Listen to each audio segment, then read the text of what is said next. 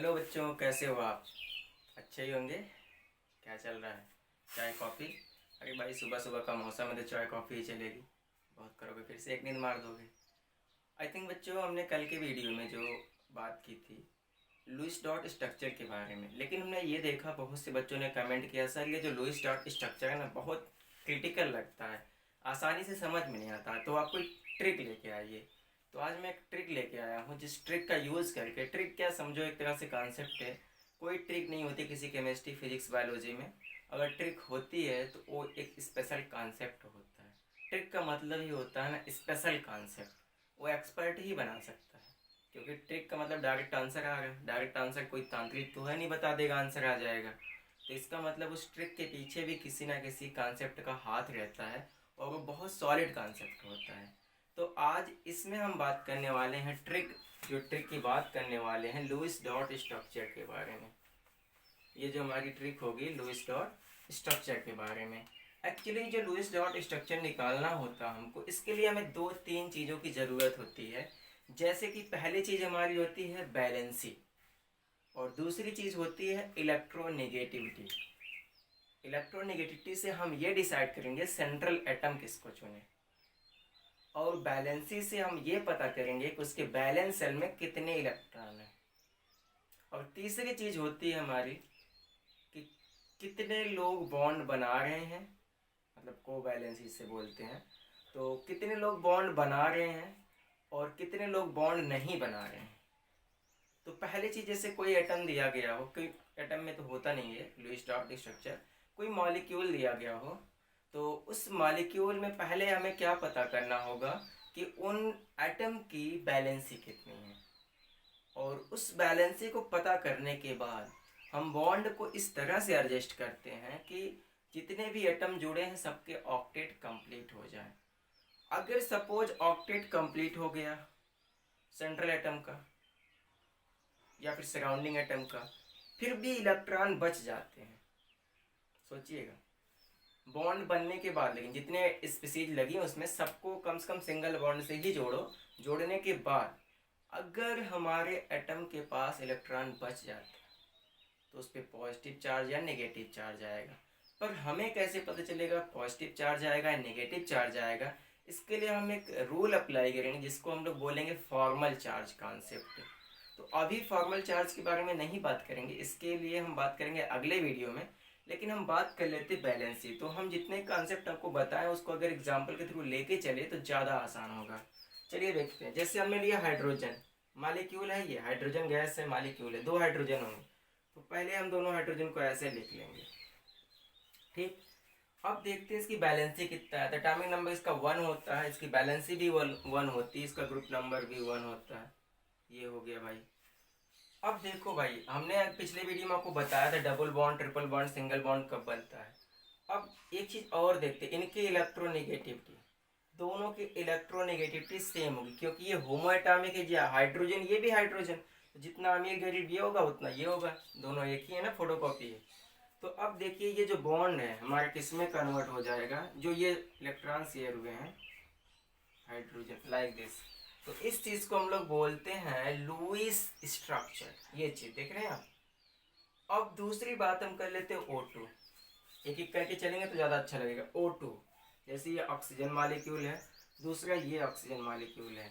अब हमें इसमें बैलेंसी पता करनी होगी। जैसे कि इसकी बैलेंसी हमें पता है 6 होती है, इसकी वैलेंसी ऑक्सीजन की 6 होती है, ठीक।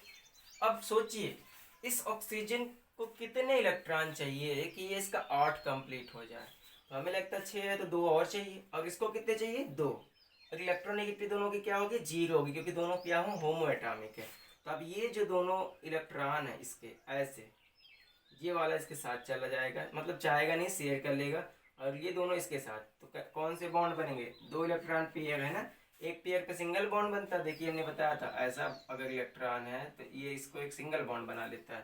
तो यहाँ दो दो है तो क्या बन जाएगा O2। ये इसके लिए लुईस स्ट्रक्चर हुआ। इतनी बात तो समझ में आ गई होगी।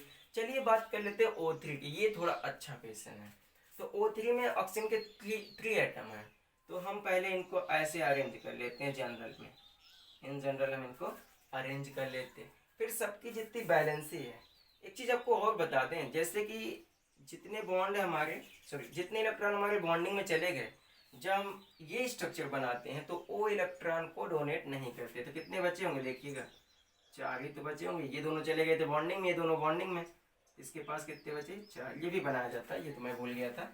चलिए बात करते हैं हम लोग ओजोन की। इसको ओजोन बोलते हैं, एक तो ऑक्सीजन गैस है, हाइड्रोजन गैस है, ये NH3 है।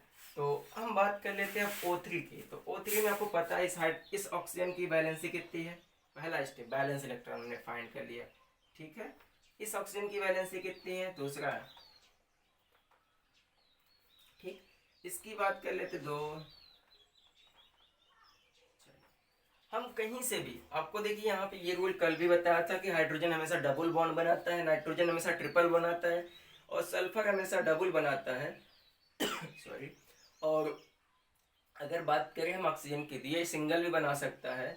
अगर ये सिंगल बनाएगा तो इस पे माइनस चार्ज एक लिख दिया जाता है, और ये कंडीशन होती तभी सिंगल बनाएगा। चलिए देखते हैं। अगर सपोज करिए किसी एक ऑक्सीजन को हमने डबली बॉन्ड से जोड़ दिया हो, देखिए इसका 6 है, इधर से 2 ले लिया होगा, इधर से 2 लिया, इसको दिया 2, 2 इसको लिया, तो ये कितना हो गया, 8 हो गया। मतलब इसके 8 इलेक्ट्रॉन कंप्लीट कब होंगे, जब ये दोनों का क्या हो जाएगा, ये बनाना नहीं आपको समझाने के लिए, शेयरिंग हो जाएगी।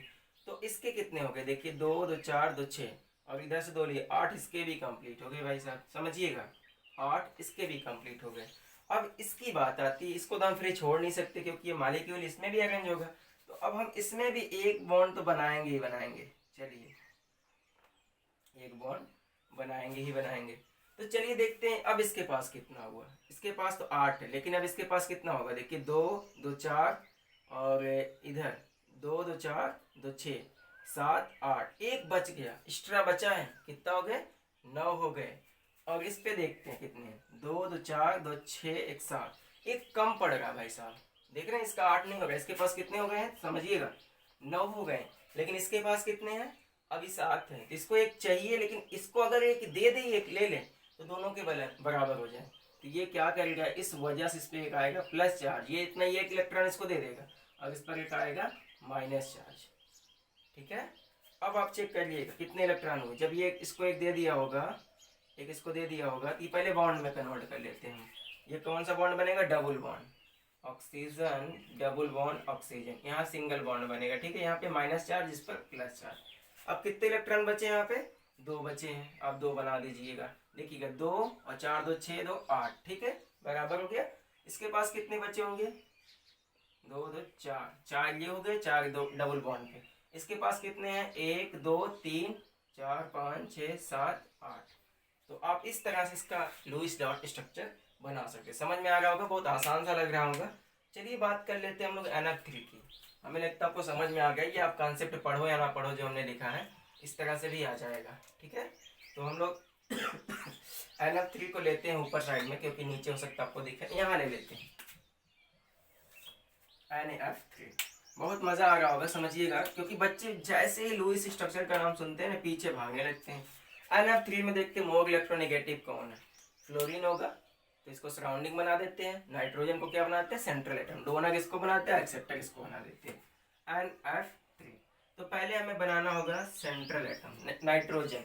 इसकी बैलेंसी कितनी होती है, एटॉमिक नंबर 7 होता है, इलेक्ट्रॉनिक कॉन्फ़िगरेशन 2 और 5। तो बैलेंसी कितनी होगी, 5। इसका मतलब इसके आउटर मोस्ट में कितने इलेक्ट्रॉन होंगे, 5, ठीक है। अब इसे कितने और चाहिए, 3 चाहिए। हमने क्या बताया, इनके अलावा बाकी जो लोग थे कौन से बॉन्ड बनाते हैं, तो सिंगल बनाते हैं। चलिए इसका भी इलेक्ट्रॉन बना लेते हैं, 1 2 3 4 5 6 7, ठीक है। इसका 1 2 3 4 5 6 7, 1 2 3 4 5 6 7। चलिए अब ये देखिए एक इलेक्ट्रॉन इससे ले ले तो इसका 8 हो जाएगा, जब ये वाला ले लेगा ना, और ये वाला शेयर कर ले, ये वाला शेयर कर ले, तो सबके कितने हो जाएंगे, 8 इलेक्ट्रॉन।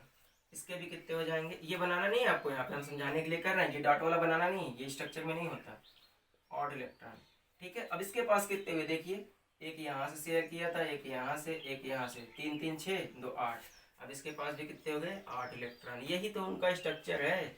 देखिए आपका जो स्ट्रक्चर फटाफट बन के आएगा, क्या आएगा, और दूसरी बात क्या हमने ये बताया था, जब बॉन्ड बना लेंगे तो जो इलेक्ट्रॉन बॉन्डिंग में पार्टिसिपेट किए उन्हें लिखेंगे नहीं। तो अब देखिए इधर ये वाला बॉन्ड में चला गया, कितने इस पे होंगे, 1 2 3 4 5 6, ऐसे इस पे भी 6 बचेंगे। जो बॉन्ड में चले गए उनको काउंट नहीं करते। नाइट्रोजन 3 3 इधर चले गए, खत्म। तो इस तरह से आप HNO3 का भी कर लीजिएगा। अगर नहीं कर पाते तो आप कमेंट में लिखिएगा, हमें लगता है आपको आ गया हो। चलिए हम ही कर देते, क्या होता है आप कमेंट भी नहीं करते, बड़े आलसी हो गए हैं आप। CO3 माइनस का भी कर लीजिएगा।